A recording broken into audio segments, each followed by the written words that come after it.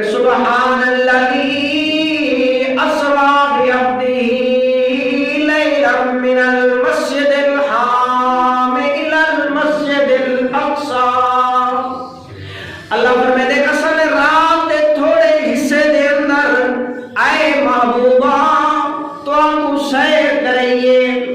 تے حضرت امام الانبیاء نے جبریل امین کو آگیا کہ اے جبریل ان قومی یتہمون، فرمایا اے جبریل میری قوم میرے اتے تہمت لیسی کہ ایک کس طرح ہو سکتا ہے کہ رات دے توڑے جائے حصے دے اندر بندہ مسجد حرام دے کنے مسجد اقصی دو وجے مسجد اقصی دے کنے اللہ رب العالمین دے تمام آسمانے کو پار کر کے رب دی ملاقات کر کے مکے دے اندر واپس آوے. فرمایا اے جبریل کوئی یقین نہ کرے سی سارے دے سارے میں کو تہمت لے سن.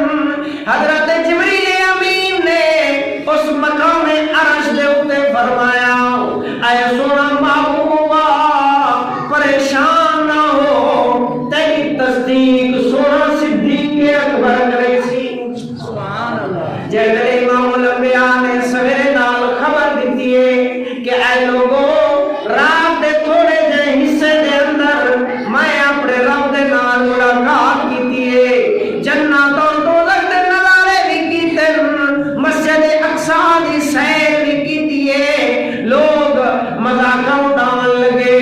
ون کے صدیق اکبر کو آکھیا اے صدیق کیا کوئی شخص اگر اے آکے کہ کی رات دے اندر وہ بیت المقدس بھی گئے، 7 آسمان بھی گھومے، رب دے نال ملاقات بھی کیتی سی، بلا اپنے گھر واپس آن لے، کیا اے صدیق تو من گن سے؟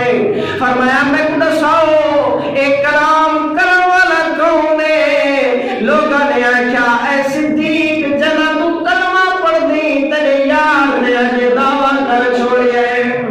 فرمایا میرے یار نے میرے محبوب نے اگر ایک دعویٰ کیتے او حضور علیہ السلام دے بارے فرمایا انہو صدقہ، اگر سورہ محبوب فرمائے تو بے شک آپ نے سچ فرمائے. سبحان اللہ. اگر آپ نے فرمائے بے شک سچ فرمائے، کیونکہ جلدے او سونا محبوب سب سویرے شام آسمان جا خبر دے دے، اساں دے خبریں دے اوتے یقین کرے دے ہیں کہ وہ محبوب کدی جھوٹیاں خبراں نہیں دے سکدا. حضرت صدیق اکبر دے جڑے ویلے وقت وصال آیا، حضرت صدیق اکبر دے دل دی خواہش ہے جویں غار دے وچ محبوب دے رلے آویں مزار دے وچ بھی محبوب دے رلے ہوئی گیا. سبحان اللہ.